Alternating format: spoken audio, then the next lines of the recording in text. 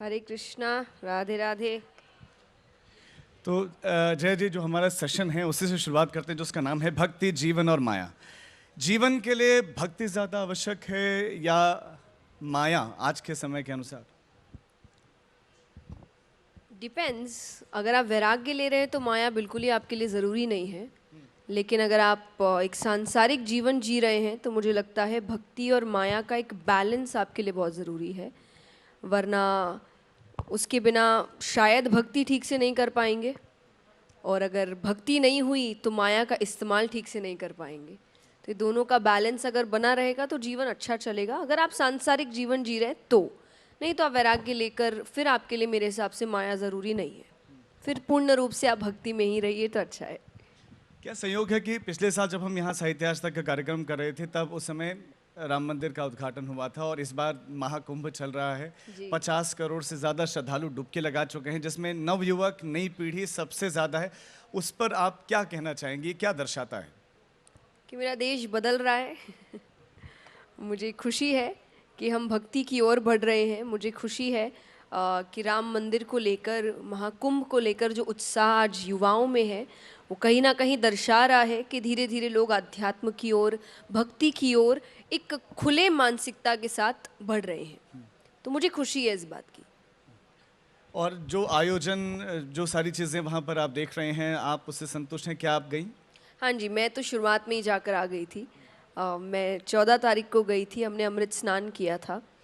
तो जी हाँ, बहुत खुशी है कि जिस तरीके से बड़े बड़े टेंट्स लगे हैं और भक्त जिस संख्या में वहाँ पर आ रहे हैं, आई अंडरस्टैंड जो चीज़ हुई। ऑब्वियसली उस चीज़ के लिए हम क्या आगे जाके बेहतर कर सकते हैं, और मैं ये भी नहीं कहूँगी कि हम उसके लिए कह सकते हैं कि अच्छा next time we'll make sure ऐसा ना हो, क्योंकि जिनके साथ हुआ उनके लिए अब मुझे नहीं लगता कोई दवाई, कोई भी चीज़ वो वापसी कर सकती है। तो वहाँ आप यही कह सकते हैं कि हम सभी उस चीज़ में साथ में उनके हैं। हम माफ़ी मांगते हैं उस चीज़ के लिए, और हम शायद उस दर्द को कभी ठीक नहीं कर सकते, पर जिस तरीके की संख्या की आप बात कर रहे हैं, इतनी संख्या में वहाँ लोगों का आना लोगों के लिए भी ज़रूरी है कि वो मर्यादा का ध्यान रखें, वो रूल्स का ध्यान रखें, क्योंकि कई बार हम रूल्स तो बनाते हैं पर रूल्स फॉलो करने वाले हर कोई है। ये सब कर सके ये पॉसिबल नहीं होता है। रूल्स बनाने वाले ठीक है, पर फॉलो करने वाले कितने हैं वो भी आपको ध्यान रखना पड़ता है। लोगों को भी स्वयं पर नियंत्रण रखने की आवश्यकता है, इसमें कोई दो राय नहीं। अब आगे बढ़ते हैं, क्योंकि साहित्य का मंच है और आध्यात्मिकता आपका विषय है। क्या साहित्य के जरिए आध्यात्मिकता तक पहुंचा जा सकता है या आध्यात्मिक हुआ जा सकता है? अम, मुझे लगता है बिल्कुल हुआ जा सकता है। मुझे लगता है आध्यात्मिकता तो आपको हर क्षेत्र से मिलती है, सिर्फ साहित्य से नहीं। आप किसी भी क्षेत्र में हैं, मैं बहुत सुंदर तरीके से एक बात कहती हूँ कि अगर मैं बहुत साधारण शब्दों में कहूँ, अगर कोई डॉक्टर अपना काम ईमानदारी से कर रहा है, इलाज ईमानदारी से कर रहा है, वो डॉक्टर स्पिरिचुअल है। अगर कोई टीचर अपना काम ईमानदारी से कर रहे हैं, एक हायर लेवल ऑफ अवेयरनेस रख के बच्चों को पढ़ा रहे हैं, ये सोच कर के आगे आने वाली पीढ़ी है ये नज़र में रख रहे हैं, वो टीचर स्पिरिचुअल है। तो आप किसी भी क्षेत्र में अगर आप अपना काम अच्छे से कर रहे हैं, आपके दिमाग में एक थॉट है, हायर लेवल थॉट, कि मेरा तो भला ही हो पर मेरे काम के साथ दूसरों का भी भला हो, दिस इज स्पिरिचुअलिटी। आध्मिक होने की अवस्था में चल थोड़ा सा और प्रकाश डालें कि आध्यात्मिक होने की अवस्था कौन है, कि ये व्यक्ति आध्यात्मिक हो गया है, ये कैसे पता चले? पहला तो मुझे लगता है कि वो अपना काम बड़ी ईमानदारी से करता है। वो काम इसीलिए नहीं करता कि उसको वापसी क्या मिलेगा, वो काम इसलिए करता है कि उसको ये काम करना अच्छा लगता है। ये सबसे पहली चीज़ है जो हम गीता जी में कहते हैं, कर्म कर फल की चिंता मत कर। कि वो वापसी नहीं सोचता। वापसी मिल गई तो बहुत अच्छी बात, नहीं मिली तो देखेंगे क्या होता है, पर उसे काम पसंद है। वो अपनी काम की ईमानदारी में कभी भी कुछ भी इधर उधर नहीं करेगा जस्ट बिकॉज रिजल्ट्स उसके अकॉर्डिंग नहीं आ रहे हैं। तो ये सबसे पहली चीज़ है। Second is higher level of awareness, कि मेरा तो भला हो पर ये काम एक पर्पस क्या लेकर आ रहा है, इससे मैं लोगों की मदद कैसे कर सकता हूँ, एक अच्छी सोच आप कैसे ला सकते हैं, पॉजिटिव कैसे हो सकते हैं, माइंडसेट कैसे बदल सकते हैं, no matter what the work is, वो भी मेरे हिसाब से आध्यात्मिक होना है। और थर्ड आई वुड से एक डिवाइन कनेक्शन। जो आध्यात्मिक है वो किसी पिक्चर को माने ना माने दैट इज़ ओके, पर वो ये माने कि पावर तो है, पावर के बिना तो काम नहीं हो सकता, ये एक आध्यात्मिक व्यक्ति की पहचान है। और जो नास्तिक होते हैं वो तो कहते हैं कि कोई पावर नहीं है। क्या नास्तिक व्यक्ति आध्यात्मिक हो सकता है? अगर आप आध्यात्मिक है तो पावर मानना पड़ेगा। देखिए, पावर कई बार आप कर्म मान सकते हैं कि कर्म है, कर्म घूम कर आएगा, ये भी पावर है। पर अगर आप यही सोचे कि जो है मैं ही हूँ, मैं जो करूँगा वो ही होगा, आई डोंट थिंक ऐसा व्यक्ति आध्यात्मिक हो सकता है। पर आप, मैंने जैसा कहा, पिक्चर मत मानिए, एक शक्ति तो है जो मेरे पीछे है और जो मुझसे ज़्यादा पावरफुल है, और जो मैं जैसा कर्म कर रहा हूँ उसका उल्टा फल मुझे जैसे कर्म अनुसार है वो मिल रहा है। तो ये तो आपको होना पड़ेगा। अगर आप ये मानेंगे कि मैं ही सब कुछ कर रहा हूँ, मुझे नहीं लगता ऐसा व्यक्ति आध्यात्मिक हो सकता है। आप प्रभावित होती हैं ट्रोल से? अब नहीं। एक टाइम पे डेफिनेटली, जब आप नए नए थे, मुझे याद है मेरा सबसे पहला ट्रोलिंग का इनकाउंटर ही आज तक के थ्रू हुआ था। सो आज तक ने एक बहुत सुंदर आर्टिकल मेरे लिए लिखा था और मैंने वो आर्टिकल पढ़ा and I was very happy. बहुत सुंदर आर्टिकल था, मैंने जो काम किया उसके ऊपर था, मेरी जर्नी के ऊपर था। और मैं वो पढ़ रही थी, मैं फ़्लाइट में थी और मुझे पूरा सीन आज तक याद है। और बगल वाली सीट में मेरे पापा हैं। आर्टिकल के बाद नीचे यू हैव कमेंट्स, तो मैंने वो कमेंट पढ़ना शुरू किया और इतने भद्दे कमेंट्स थे। And I was just, I think 14 और 15 एट दैट एज। और इतने भद्दे कमेंट्स, और मैंने वहीं रोना शुरू कर दिया क्योंकि एक बच्चे को नहीं पता। और वो मैं अपने, मेरे पापा ने कहा क्या हुआ, मैंने बोला मैंने कुछ गंदा नहीं किया, मैंने कुछ भी गलत नहीं किया, ये मुझे ऐसे क्यों लिख रहे हैं, ये मुझे ऐसे क्यों बोल रहे हैं, I am crying like anything. और मेरे पापा को ऐसा लग रहा है कि मैं इसको क्या बोलूँ कि बेटा तेरी कोई गलती नहीं है, वो ऐसे ही लोग हैं, उनकी सोच ही ऐसी है। तो हाँ, उस वक्त जब आपने नया नया ये चीज़ मैंने देखी थी कि लोग कमेंट करके आपको कैसे गलत फील करवा सकते हैं, उस वक्त बड़ा बुरा लगा था। पर अब एक मुझे और लगता है, कंट्रोवर्सी आई जिसमें आपको घेरा गया कि I knew luxurious it. Brands का आप इस्तेमाल करती हैं, और लोगों ने कहा कि उपदेश देना आसान होता है, उसको निभाना करना मुश्किल। कैसे डील किया आपने? नहीं, डील मैंने किया ही नहीं, क्योंकि देखिए आपने जो लाइन कही, मैंने वहीं पे, मैं कहती हूँ ना कि LHS is equal to RHS, hence proved. मेरा उपदेश ये कभी था ही नहीं। जो लोग लिख रहे हैं, मतलब आप ऑब्वियसली, मुझे वापस कमेंट करना अच्छा नहीं लगता कि अरे ये तो ये कहते, नहीं कहते हैं, मैंने कभी नहीं कहा। यहाँ तक कि 15 साल पहले, अगेन आज तक पे ही पहला इंटरव्यू दिया था मैंने अपना 15 साल पहले, उस इंटरव्यू में भी मैंने यही कहा है क्योंकि मेरे घर के अंदर वो इंटरव्यू हुआ था। और मैंने कहा है मैं संत साधु साध्वी नहीं हूँ, ना मैं अपनी कथाओं में ये बात कहती हूँ। और यूथ होने के नाते जो आज यूथ मुझसे इतनी रिलेटेबिलिटी रखता है, क्योंकि मैं उनको नहीं कहती सब कुछ छोड़ने, मैं तो और कहती हूँ कमाओ भाई। पैसे नहीं छोड़ने हैं, कमाना है, क्योंकि अगर आपने सांसारिक जीवन चूज किया है, पैसा इज़ वेरी इंपॉर्टेंट। तो अपनी इच्छाएं, अपनी पसंद या पूरी करिए, अपने पेरेंट्स को एक अच्छी ज़िंदगी दीजिए, अपने आप को ज़िंदगी दीजिए, ट्रैवल करिए, पर उसके साथ आध्यात्मिक होना ज़रूरी है, क्योंकि ये आपका बेस है। अगर नींव कमज़ोर होती है तो इमारत गिर जाती है, और नींव आध्यात्म है, मेरी नींव आध्यात्म है। चाहे मैं कुछ भी करूं, मैं जानती हूँ मेरी नींव कमज़ोर नहीं है। लोगों का समझ में आता है कि वो एक सामान्य जीवन जी रहे हैं, लेकिन आपके लिए ये कहा जाता है क्योंकि आप आध्यात्मिक वक्ता है, तो क्या एक आध्यात्मिक वक्ता का जो जीवन है या जीवन जो शैली है वो साधारण नहीं होनी चाहिए? आप लग्जूरियस, और आपके जो श्रोता हैं, आपको सुनने वाले हैं, आपके अनुयायी भी बन चुके हैं, वो बहुत ही मतलब मुफलिसी में एक तरीके से रह रहे हैं या फिर उतना नहीं कर पाते। अगर आप ये बात कहेंगे तो आप कह रहे हैं कि आज भारत में सबसे ज़्यादा युवा है और आप उतने प्रतिशत युवा को अध्यात्म से दूर कर रहे हैं। इसीलिए तो भक्ति का मतलब, अध्यात्म मतलब 50-60 साल हो गया था ना। लेकिन क्या इस बुढ़ापे में भक्ति आते में थे। माया नहीं है? बिल्कुल। आप मुझे एक सिंपल सी बात बताइए, मैं एक एग्जाम्पल देती हूँ जिसका मुझे आज तक वापसी आंसर नहीं मिला। जीवन का, इस संसार का, पूरे ब्रह्मांड का सबसे बड़ा आध्यात्मिक ज्ञान भगवत गीता है, जो दिया एक ऐसे व्यक्ति को गया जो आगे जाके राजा बनेगा। गीता जी में तो भगवान ने कहीं अर्जुन से नहीं कहा कि सोना छोड़ देना, राज्य छोड़ देना, ये जो गहने पहने छोड़ देना, ये जो तुम्हारा रथ है इसको छोड़ देना, जो वैभव है तुम्हारे पास छोड़ देना। और जब अर्जुन ने कहा कि मैं सब कुछ छोड़ के वन चला जाता हूँ, तो भगवान कहते हैं तो कायरो वाली हरकत है। तो मैंने जिस गीता जी को पढ़ा, वहाँ तो कहीं नहीं कहा गया कि आध्यात्मिक होना मतलब माया छोड़ देना है। मुझे अगर छोड़ना ही होगा मैं वैराग्य लूंगी, मैं बीच का रास्ता नहीं अपनाऊंगी कि मैं यहाँ रहकर भी मैं कहूँ अरे मुझे कुछ नहीं चाहिए और मन में आपकी सारी इच्छाएं हैं। तो मैं ये ऐसा जीवन नहीं जीना चाहती। I want to be honest and I am honest. आप ऑनेस्ट हैं ना? बिल्कुल। एक सवाल जब पता चला कि मैं आपके साथ सेशन करने वाला हूँ तो लोग पूछ रहे थे ये सवाल ज़रूर आपसे पूछा जाए। सवाल आपके विवाह के संबंध में कि कब शादी कर रही हैं जया किशोरी। देखिए बहुत बढ़िया पीछे से आ गया। देखिए अभी मैं दो बातें कहूँगी इस पे। पहली कि डेफिनेटली मुझे करनी है, ऐसा नहीं है कि मेरे मन में कोई विचार है कि मुझे शादी नहीं करनी, पर कब करनी है ये मुझे नहीं पता और किससे करनी है मुझे ये भी नहीं पता। ये दोनों जब मुझे पता चल जाएगा तो मैं आपको बता दूंगी। एंड जैसा मैंने कहा आई एम ऑनेस्ट, मैं छुपाऊंगी नहीं आपसे। जिस दिन होगा मैं उसी दिन आपको पहला पोस्ट मेरा रहेगा that I am getting married, so don't worry. But अभी ऐसा कुछ भी नहीं है, अभी आई am too busy with my work. और ना ही मुझे ऐसा लग रहा है कि मेरे आसपास कोई ऐसा है जिसको देखकर मुझे लग रहा है कि मुझे विवाह करना चाहिए। और आई थिंक आसपास के वातावरण को देखकर अब लगने लगा है नहीं करना चाहिए। जिस तरीके का सिचुएशन अभी चल रहा है, so I am too scared with marriage, but I want to. I have always been a very big fan of this institution, but let's see कब होता है। बहुत अच्छा कॉन्सेप्ट है भी।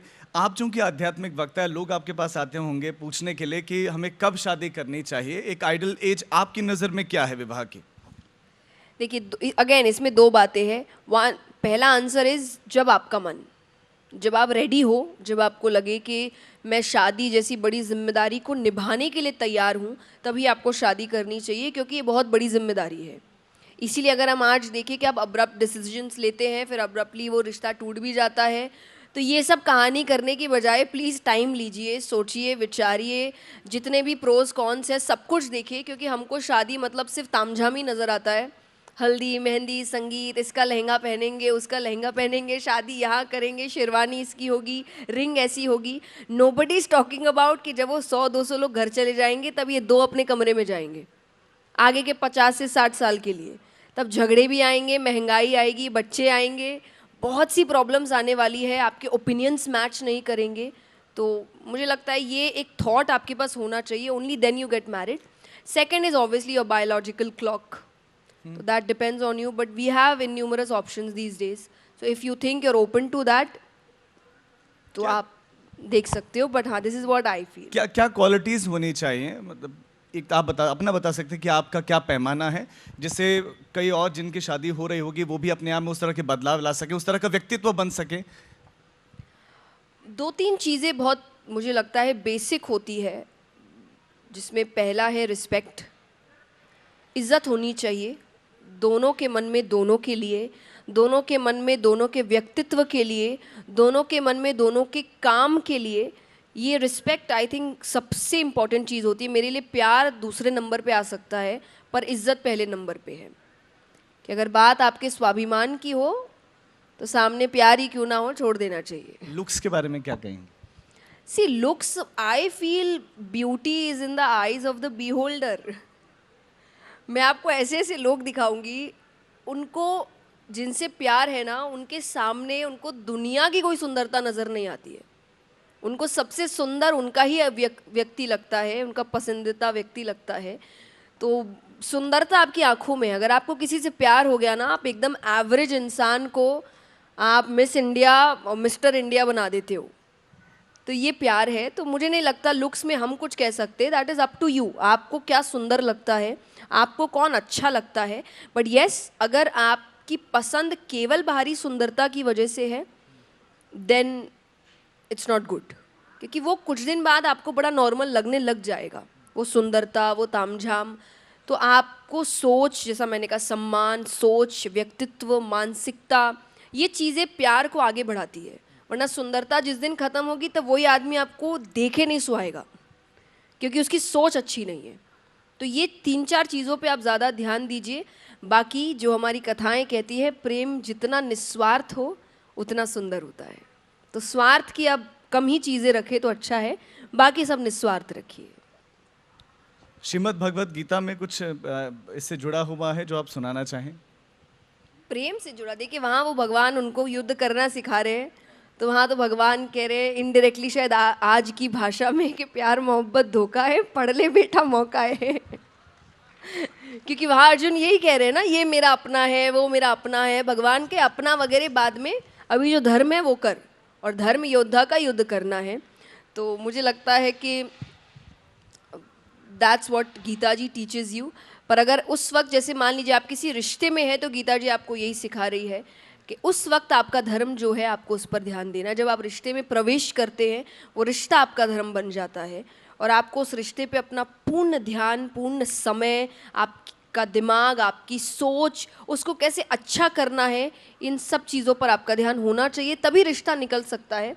अदरवाइज़ अगर आप कहेंगे चलना है चल जाएगा, तो ऐसा चल जाएगा वाली चीज़ होती नहीं है, चलाना पड़ता है। कोई भी रिश्ता चल नहीं जाता, आपको एफर्ट्स देने पड़ेंगे और जीवन भर देने पड़ेंगे। संपूर्ण समर्पण की आवश्यकता। अगर गेस्ट ऑडियंस में कोई सवाल पूछना चाहता हो तो हाथ उठा दें, और प्लीज़ उन तक माइक भी पहुंचा दें ताकि उनका सवाल यहाँ तक आए।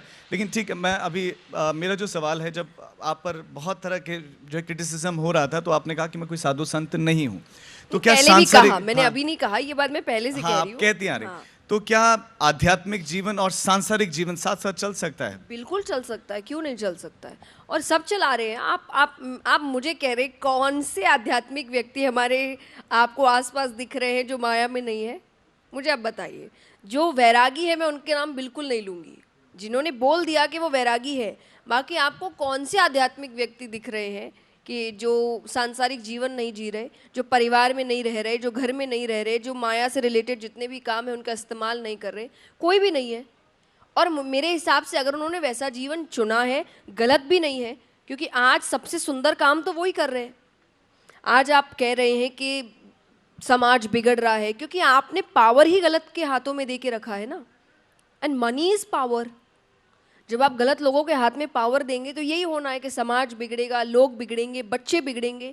लेकिन जब आप एक ऐसे व्यक्ति के हाथ में पावर दे रहे हैं जो आपको अच्छा काम सिखा रहा है, जो आपको पॉजिटिव बना रहा है, जो आपको भगवान से जोड़ रहा है, तो अगर उस व्यक्ति के जीवन में आपको दिख रहा है कि वैभव है, तो आपको दिक्कत क्यों है इस बात से कि आप मुझे अच्छा करो पर आपका जीवन अच्छा नहीं होना चाहिए? ये किस तरीके की मानसिकता है? लेकिन अजय, ये कैसे संभव है कि एक तरफ हमारे देश में जो सनातनी है वो लगातार डुबकी लगा रहे हैं, और भी धर्मों के लोग रहते हैं और बहुत अपने धर्म को लेकर कट्टर हैं, और दूसरी तरफ समाज बिगड़ भी रहा है? ये कैसे संभव है कि एक तरफ आप आस्तिक भी हैं, धर्म में अब धर्म को मानते भी हैं, अपने धर्म का पालन करते हैं, और दूसरी तरफ समाज में ये सारी समस्याएं दिख रही हैं? ये नहीं, कैसे देखिए, संभव जो है? डुबकी लगा रहा है वो तो कौन लगा रहा है और कौन अच्छा है मुझे तो नहीं पता।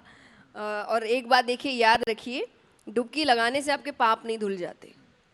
डुबकी लगाने से वही पाप धुलते हैं जो गलती से किए हुए हैं, जो अनजाने में किए हुए हैं। सोची समझी योजनाएं नहीं धुलती। जो आप सोच समझ के तकलीफ पहुंचा रहे किसी को, वो पाप गंगा मैया भी नहीं धोलेगी। वो आपको उसका कर्म की सज़ा तो आपको मिलेगी ही मिलेगी। तो वो बात अलग है कि कौन डुबकी लगा रहा है, उसने अपने जीवन में क्या किया और नहीं किया। बट जब समाज बिगड़ने की बात है, मैं कह रही हूँ जो आध्यात्मिक नहीं है, जो आपको सही सीख नहीं दे रहे, जो आपको गलत सीख दे रहे हैं, आज अगर आप उनको करोड़ों का मालिक बनाने को तैयार हैं, तो जो आपको अच्छी सीख दे रहे हैं उनके घर में धन जाए, आपको इस बात से प्रॉब्लम क्यों है? आप मुझे एक आंसर दीजिए। और जो लोग कह रहे हैं कि पैसा अच्छी चीज़ नहीं होता, तो आप भी मत कमाइए। आप उसके पीछे क्यों भाग रहे हैं फिर? अगर वो पैसा रियल में गलत है, ये तो वो बात हो गई, हम कमाए तो मेहनत, दूसरा कमाए तो चोरी। आप अपनी कथाओं में नहीं कहते कि मोह माया त्याग दो? अरे बिल्कुल नहीं। आप, इसलिए मैंने कहा ना, जो मुझे नहीं पता यहाँ कितने जिन्होंने कथा सुनी होगी, कभी नहीं कहा मैंने। यहाँ तक कि आई ऑलवेज से कि कमाओ। कह रहे हैं कि हाँ, उन्होंने कभी नहीं कहा। जी, जितने युवा बैठे, मैंने हमेशा उनको कमाने के लिए, पैरों पर खड़ा होने के लिए, फाइनेंशियली इंडिपेंडेंट होने के लिए बहुत प्रोत्साहित किया है। आई have always been like that. तो मुझे लगता है ये सब ऐसी बातें हैं जो जानबूझ के शायद कहीं करी गई है, जिसे हम पेड पीआर कहते हैं। किसने की है भगवान ही जाने। बट हाँ, ज़बरदस्ती आपको परेशान करने के लिए, क्योंकि जब आप अच्छा काम करते हैं तो कई लोग होते हैं जो आपको पीछे खींचने की कोशिश करते हैं। But I am a spring, जितना ज़ोर से आप पीछे खींचोगे मैं उतनी तेज़ी से आगे जाने वाली हूँ। सो वो कहते हैं ना कि बदनाम हुए तो क्या नाम ना हुआ। बहरहाल अभी गेस्ट में से कुछ सवाल ले लेते हैं। हाँ, आप अपना नाम बताएं और सवाल पूछें। जी, मेरा नाम है पुनीत आर शर्मा। मैं एक एस्ट्रोलॉजर हूँ नमस्ते। और वास्तुशास्त्री हूँ। मैं बहुत एडमायर करता हूँ आपकी बात को, और कि बिल्कुल सांसारिक जीवन में हमें माया का त्याग हम नहीं कर सकते, क्योंकि कलयुग को अर्थयुग भी कहा गया है। यहाँ मैं बस एक प्रश्न है मेरा कि स्पिरिचुअल फील्ड से मैं भी हूँ, तो मैं भी ये बात मानता हूँ, लेकिन एक आम जनमानस जो है एक स्पिरिचुअल व्यक्ति को हमेशा एक वैरागी के तौर पे देखता है। अगर मैं किसी से फ़ीस चार्ज करता हूँ तो वो कहता है कि आप फ़ीस कैसे चार्ज कर सकते हैं, हम भी प्रैक्टिशनर हैं, जैसे कि एक लॉयर है, एक डॉक्टर है, तो हम लोग भी वही काम कर रहे हैं। तो लेकिन आम जनमानस में एक बड़ा ही मिथ है कि कोई भी स्पिरिचुअल फील्ड से है तो उसको वैरागी होना चाहिए और उसको दुखी और निर्धनी होना चाहिए। Exactly. तो ये मेरा प्रश्न है कि ऐसी जो मानसिकता है उसको कैसे दूर कर सकते हैं हम? देखिए, आप काम करते हुए ही दूर कर सकते हैं। जैसा मैंने कहा कि आज जिस तरीके से मुझे नेगेटिविटी मिल रही है, I can do one thing कि मैं इस चीज़ को बंद कर दूं तो वो जीत जाएंगे, और I can do one thing, मैं और काम करती रहूं, मेहनत करती रहूं, पढ़ती रहूं, नॉलेज गेन करती रहूं, और जैसे काम कर रही हूँ करती रहूं, क्योंकि मुझे लगता है जो समझदार है ना वो आप तक पहुँच ही जाएंगे। वो समझेंगे कि आप सही कार्य कर रहे हैं, वो समझेंगे कि आप किसी गलत मानसिकता से कुछ नहीं कर रहे, and you deserve this. What I feel is we deserve this. हम अच्छा काम कर रहे हैं तो हम अच्छी खुशियाँ, हम कंफर्ट डिज़र्व करते हैं। हम आपको सिखा रहे हैं, आज कुछ दिन बाद ही बॉम्बे में मेरा एक सेशन होने वाला है सभी ट्रेडर्स के लिए। स्टॉक मार्केट के जो लोग होते हैं, ट्रेडर्स होते हैं, एंटरप्रेन्योर्स होते हैं, and the topic is all about money. आप मुझे बुला रहे हो ये बताने के लिए कि आप मनी कैसे अर्न करो, मनी के साथ बैलेंस कैसे क्रिएट करो, बट आपको प्रॉब्लम है जब मैं मनी खुद कमा लूँ। आई एम लाइक कि ये कैसी बात है कि आप कह रहे हो कि हाँ नहीं हमें अमीर बनाओ पर तुम गरीब ही रहो। लेकिन क्या शास्त्र नहीं कहते कि माया भ्रम पैदा करती है? बिल्कुल। देखिए, आपको समझना आप क्यों है, कमा रहे हो? नहीं समझिए, अध्यात्म जब हम कहते हैं, अध्यात्म का सबसे मेन बात है to know that nothing is permanent. I know that, मुझे कोई प्रॉब्लम नहीं है, इसलिए मुझे आज ट्रोलिंग से भी प्रॉब्लम नहीं है कि ये टेम्पररी है। कभी ये गालियाँ देंगे, कभी ये तालियाँ देंगे, मैं दोनों से ही ओके हूँ। तो ये एक समझ है आध्यात्मिक व्यक्ति की कि कुछ भी परमानेंट नहीं है, ये पैसा भी परमानेंट नहीं है, ये फेम भी परमानेंट नहीं है, पर जब तक है तब तक इस्तेमाल ना करूँ, दैट इज स्टूपिडिटी। जब तक जियो जी भर जियो। बिल्कुल। अच्छा, आप एक प्रश्न। Jaya ma'am, big fan of yours. आज आप ही के लिए स्पेशली यहाँ आए थे, और सिंस देखिए समझने वाले समझ ही जाते हैं। Thank you so very much ma'am. शिक्षा में जुड़ा हुआ हूँ, बच्चों के संग बहुत काम करता रहता हूँ। आज का यूथ जिस डायरेक्शन में जा रहा है, जैसे आपने अभी उसको ब्रीफ भी किया, किस तरीके से बच्चे आपके जैसे बन सकते हैं, क्या करना चाहिए उनको कि वो आपके जैसे बने, आपको फॉलो करें, क्या मतलब आपकी नित्य दिनचर्या कैसे थी, कैसे आप इस फील्ड में आएंगे? Thank you very much. Thank you. देखिए, मैं 2-3 बातें कहूँगी इसमें। पहला, तो मेरे जैसे बनने की कोई ज़रूरत नहीं है, आप बैठ सकते हैं, थैंक यू। मेरे जैसे बनने की कोई ज़रूरत नहीं है, अपने जैसे बनिए आप। लेकिन अगर मुझसे आप कुछ सीख सकते हैं तो अध्यात्म सीखिए।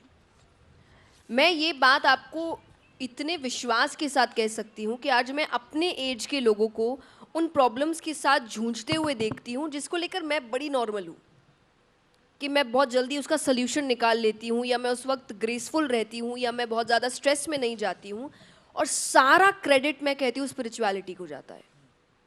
तो मैं इन चीज़ों में इतनी समझदार या इतनी मैच्योर इसीलिए हूँ क्योंकि मैंने बहुत अर्ली एज से अध्यात्म चुन लिया था। समझदारी से नहीं या खुद चूज़ करके नहीं, पर मेरे घर का माहौल ही ऐसा था। हमारे घर पे हमेशा भगवान की कथाएं, भगवान की कहानियाँ, भगवान के भजन, हनुमान चालीसा, सुंदरकांड, यही चीज़ें चली है। तो मैंने बिना समझे ही आध्यात्म को अपना लाइफस्टाइल बचपन से बना लिया था, जो हर माँ बाप कर सकते बच्चों के साथ, कि आप बचपन से उनके अंदर भगवान की वो भक्ति, शास्त्रों का ज्ञान एज कहानी सिखाइए। आप बेड टाइम स्टोरीज तो सुना ही रहे ना, अंग्रेज़ों को तो हम फॉलो कर ही रहे हैं कि हम बच्चों को बेड टाइम स्टोरीज सुनाते हैं। तो बेड टाइम स्टोरीज आपके पास कृष्ण जी की कथाएं कम है क्या, राम जी की कथाएं कम है क्या? आप उनको कहानी का फॉर्म देकर बच्चों को सुनाइए ना। मेरी पहली कहानी थी गजेंद्र मोक्ष की कथा, और आज मैं वो कथा में कहती हूँ। तो मुझे एक, आपको अजीब लगता है कि जो आपने कहानी सुनी, मेरी शुरुआत ही उस कथा के साथ हुई थी। तो मेरे लिए सिंड्रेला, स्नो वाइट, ये स्टोरीज कभी नहीं थी। मेरे बाकी जान पहचान वाले यही कहानियाँ सुन रहे थे, पर मैं वहाँ पे श्री कृष्ण की कथाएं, राम जी की कथाएं सुन रही थी, जो आप भी इसको अपने बच्चों में डाल सकते हैं। तो बच्चा बचपन से आध्यात्मिक होगा और वो समझेगा कि किस चीज़ को किस दायरे में रखना है। मेरे हिसाब से माया को बैलेंस करना यही तरीका है कि आप चीज़ों को खरीदिए, चीज़ आपको ना खरीदे। जिस दिन चीज़ों ने आपको खरीदना शुरू कर दिया, आप पर हावी होना शुरू कर दिया, उस दिन आप माया में फंस गए। नहीं, तब तक आप माया को चला रहे। तो मेरे हिसाब से सोच ये होनी चाहिए कि भगवान ने कहा है इंद्रियों के मालिक बनो, सेवक नहीं। तो आई बिलीव इन मालिक बनना, नॉट के दास बनना। जाले के उस पार से सवाल। नमस्ते मैम। नमस्ते। एंड आज तक एंकर महोदय, एक्चुअली मैडम ने जो बताया उसके लिए महाभारत में एक कथा है व्याध गीता, मैम बेहतर बता पाएंगी, खास करके माया की बात जितनी बार आपने करी है ना, उसके लिए व्याध गीता अपने आप में जवाब देता है जी। बट मेरा क्वेश्चन मैडम से था कि मैम चूँकि हमारे यहाँ अभी धर्म की बात कर रहे हैं, माया की भी बात कर रही हैं, लेकिन बेसिकली धर्म, पूजा पद्धति एंड सोशल लाइफ, लोगों को इतने स्पेशली धर्म और पूजा पद्धति में फ़र्क समझना पड़ेगा, जिसको मैं आपका चाहूँगा कि सवाल आप क्या है? बेहतर, वही मैं बता रहा हूँ कि उसको बेहतर अगर आप डिफाइन करें तो ज़्यादा बेहतर है, क्योंकि लोगों में बड़ा कन्फ्यूजन है उसको लेकर के। नहीं, देखिए, ये मैं इन जितनी सिंपल भाषा में डिफाइन कर सकती हूँ मैं कोशिश करती हूँ, पर अगर आप पूर्ण रूप से देखिए, ये एक डीप टॉपिक है। आपने बिल्कुल सही कहा कि उसके बीच बैलेंस क्रिएट करना पड़ेगा, समझ होनी पड़ेगी। और मुझे लगता है कि जैसे हम रामायण को भी जब समझते हैं कि अंत में कुछ बातें मिलाई गई है, कुछ बातें घुसाई गई है आपके ही लोगों को आपके धर्म के विरुद्ध करने के लिए, मुझे ये भी एक सोच लगता है घुसाई गई है कि भक्ति आध्यात्म का मतलब वैरागी होना ही होता है, सब कुछ छोड़ देना ही होता है। और इसीलिए आप देखिए काफ़ी वर्षों से लोग 50-60 साल के बाद ही भगवान से जुड़ते हैं।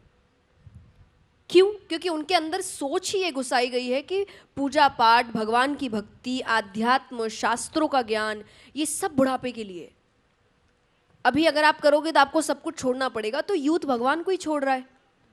तो ये आपको समझना पड़ेगा। ये जिसने भी किया शायद वो चाहता था कि आप भगवान से दूर रहें, आप इस एज में भगवान को मनाएं जिस एज में आपके पास और कुछ ऑप्शन ही नहीं है।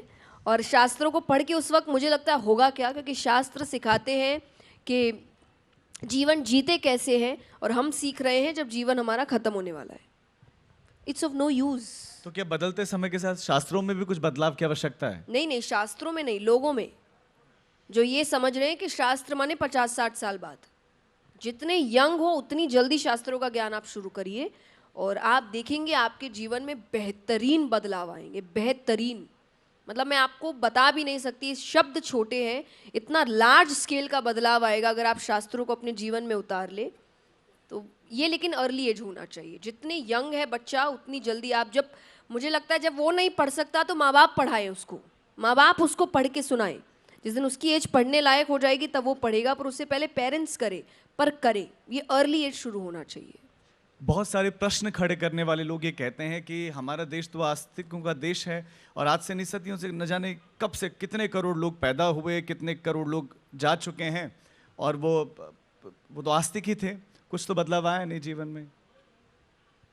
नहीं, ये तो देखिए, मुझे किसने कहा बदलाव नहीं आया? आज इतना युवा अध्यात्म से जुड़ रहा है, कहाँ बदलाव नहीं आया? पर कलयुग है ना, देशों की बैलेंस। देशों की तुलना में आप प्रॉब्लम्स तो फिर हर जगह, डिप्रेशन तो वहाँ जितना है उतना कहीं है ही नहीं।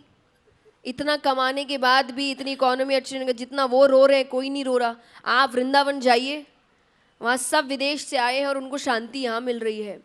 तो मुझे कंपैरिजन कभी पसंद नहीं आता। मैं कहूँ कि आप उनको लेकर भी मत करो कि हम बड़े वो छोटे, वो बड़े हम छोटे। सब अपने अपने स्थानों पे हैं, सब अपने जीवन को बेहतर बनाने की कोशिश कर रहे हैं। जब उनको लग रहा है कि वहाँ बेहतर कुछ नहीं हो रहा, वो यहाँ आ रहे हैं। जो यहाँ के लोग हैं वो मनी एस्पेक्ट में देख रहे हैं कि बाहर के देश कैसे काम करते हैं, कैसे स्टार्टअप्स हो रहे हैं। And I would say learn it. जहाँ अच्छाई दिखे सीखो, ज़बरदस्ती के ज़िद में मत रहो कि नहीं ये मेरा है तो मैं इसी से जहाँ भी अच्छाई है आप सीखिए, जहाँ बुराई है वहाँ हंस बन के मोती चुन के बाकी कचरा छोड़ दीजिए। ऑडियंस में से कोई और है सवाल पूछना चाहता? सभी लोगों को सादर प्रणाम। आज तक चैनल को बहुत बहुत धन्यवाद, जो युवाओं को एक नई दिशा देने का कार्य कर रहा है। मैं अंकित सिंह, राम भक्ति शाखा के प्रसिद्ध संत हुए बाबा बनादास, जो अवधि में 64 ग्रंथ की रचना किए हैं। मैं उनकी 7वीं पीढ़ी का वंशज हूँ।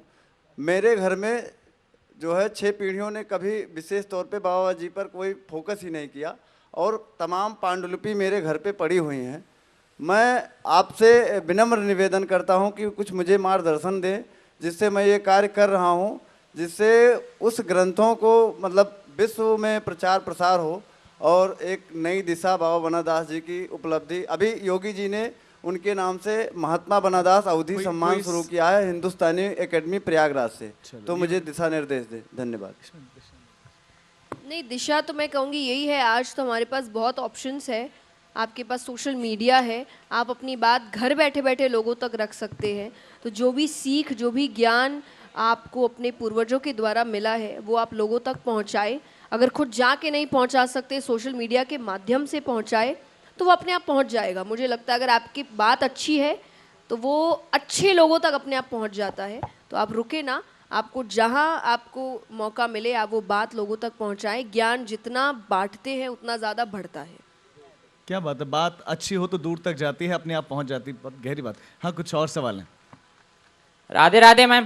राधे राधे। मेरा नाम आशु गुप्ता है। जैसे मैम कोई भी काम स्टार्ट करते हैं तो उसमें निगेटिविटी भी आने लगती है, माइंड पे हावी होने लगती है।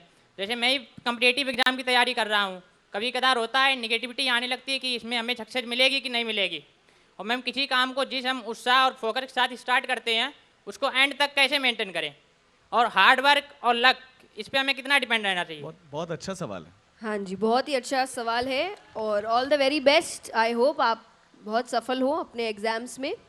पर मैं कहूँगी कि जैसा हमने गीता जी के ऊपर अभी बात करी कि आपका काम है अभी पढ़ना, ना कि सोचना कि सक्सेस मिलेगा कि नहीं मिलेगा। नहीं मिलेगा बात की बात है, क्योंकि उसके ऊपर सोच के आप अभी का समय नष्ट कर रहे हैं। तो अभी आपका काम सिर्फ पढ़ना है, 1 day at a time, 1 step at a time करिए। कि आज मान लीजिए आपने एक सब्जेक्ट चुना या एक चैप्टर चुना, मेरा काम सिर्फ इसको ख़त्म करना है। आगे क्या होगा नहीं होगा ये मुझे नहीं सोचना है, क्योंकि सोच के आपको कोई फ़ायदा होगा कि नहीं आप जानते नहीं होगा। जो आपका चेकिंग कर रहे हैं वो टीचर आपके जान पहचान के नहीं, उस वक्त आपका कोई जोर चलेगा नहीं। तो आपका जोर कहाँ चल रहा है? पढ़ने पे। जहाँ जोर चल रहा है वहाँ जोर चलाइए। और जहाँ आपने कहा नेगेटिव आता है, जैसे ही नेगेटिव आए पॉजिटिव का एंटर कर दीजिए आप। जैसे ही आपके दिमाग में आए कि ये होगा कि नहीं, आपको तुरंत करना है मैं कर क्यों रहा हूँ, बस आपको क्या चाहिए। जब आप वो गोल याद रख लोगे ना, इसलिए लोग कहते हैं विजन बोर्ड बनाने, कि आपकी आंखों के सामने विजुअली आपको दिखता है आपको क्या चाहिए। तो जैसे ही वो नेगेटिव थिंकिंग आती है, व्यक्ति उसको देख कर वापस करता है कि नहीं, मुझे जो चाहिए वो बहुत ज़्यादा बड़ा है इस छोटी सी नेगेटिव सोच के सामने। मेरे हिसाब से ये 2 चीज़ें बहुत आसान होती है। जैसे ही कोई नेगेटिव थॉट आया, एक पॉजिटिव थॉट के साथ उसको आप पीछे कर दो, आप खुद ही बोलो, तो आप देखेंगे आप धीरे धीरे वो नेगेटिव खत्म होके पॉजिटिव ही बढ़ता जाएगा। एक अंतिम सवाल लेंगे अब ऑडियंस से। हेलो मैम और नमस्ते। नमस्ते सर। और मेरा सवाल मैम बेसिकली आपसे है मैम कि हमारे अध्यात्म में और हमारे जो भी शास्त्र हैं उसमें हर प्रॉब्लम्स के सॉल्यूशंस दिए हुए हैं, लेकिन आज की जनरेशन जो है सर मैम, तो जो भी संस्कृत भाषा में हर चीज़ है, तो मैम उसको कैसे ईजिली करके आज की जनरेशन में दे सकते हैं, जो जनरेशन सीख के आगे अपना भविष्य और अपने देश का कंट्रीब्यूट कर सके? नहीं, हिंदी में भी है।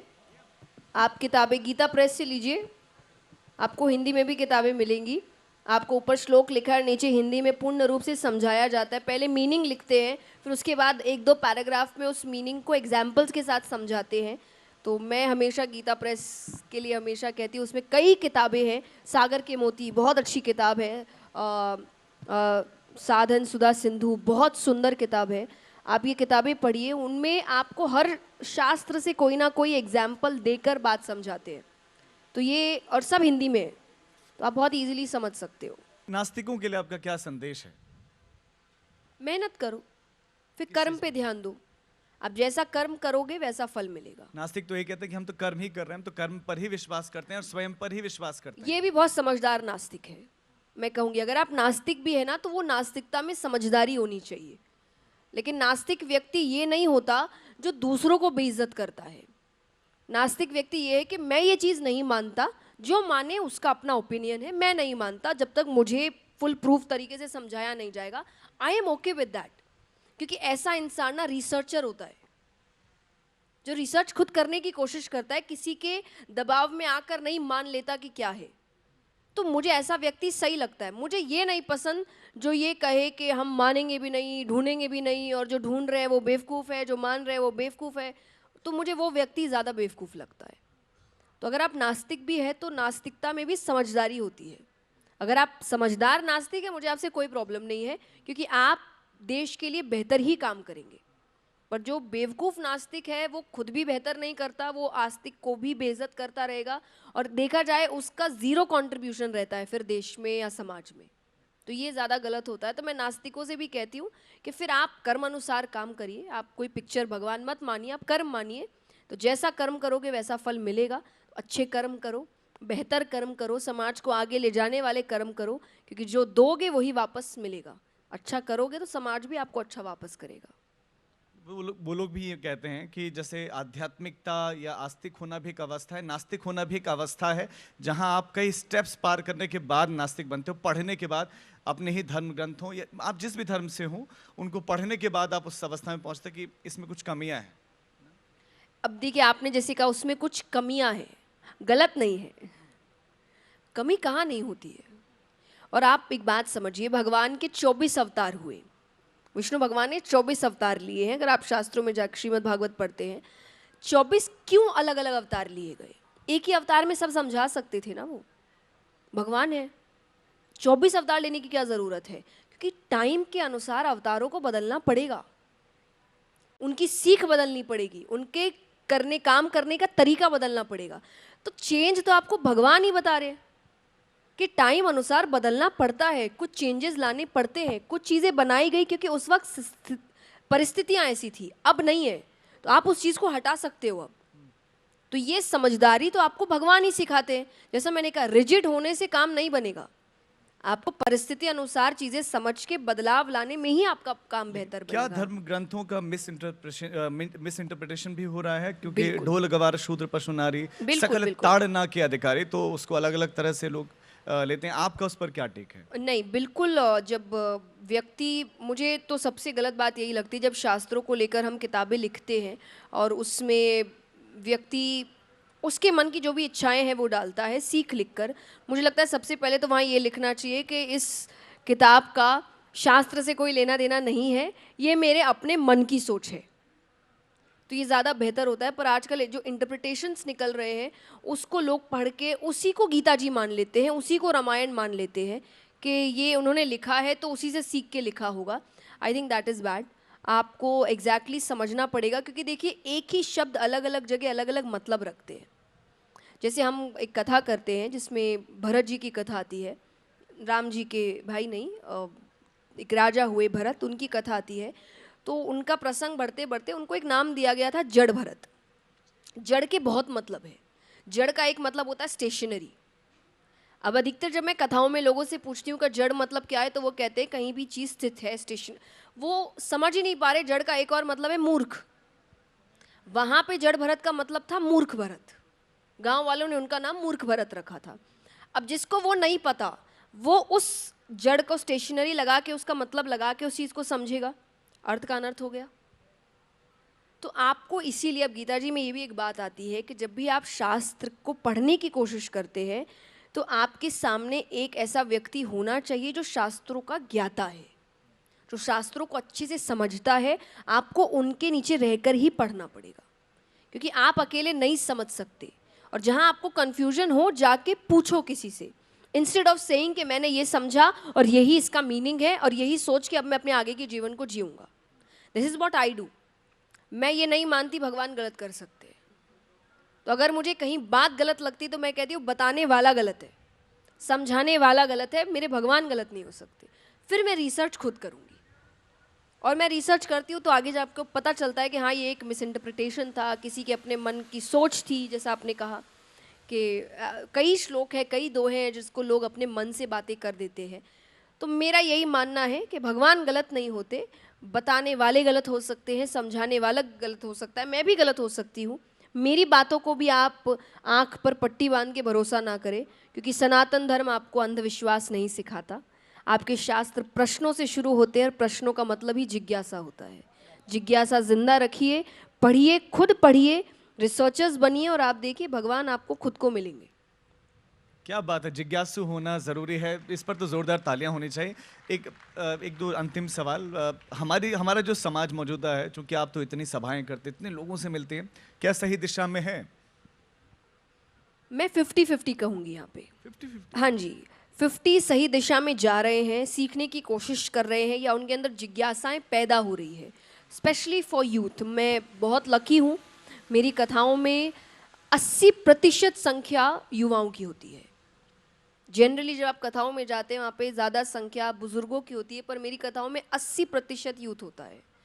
तो ये एक चेंज है, ये एक ऐसा चेंज है जहाँ लोग आ रहे हैं कि नहीं, थोड़ी रिलेटेबिलिटी मिल रही है, थोड़ा समझते हैं। तो मैं इसको 50% रखती हूँ, चेंज आ रहा है। 50% मैं ये रखती हूँ कि लोग भक्ति को आज सिर्फ पूजा पाठ का ही नाम दे चुके हैं, कि जो जितनी ज़्यादा घंटे पूजा कर रहा है, जितना ज़्यादा ये सब कार्य कर रहा है, वो ही भक्त है। लेकिन ऐसा नहीं है, वो नहीं करके भी आप भक्त बन सकते हैं।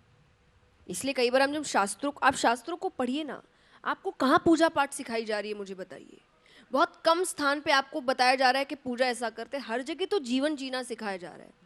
प्रॉब्लम्स आए, रामायण से बड़ी प्रॉब्लम मुझे लगता है और कहीं है ही नहीं।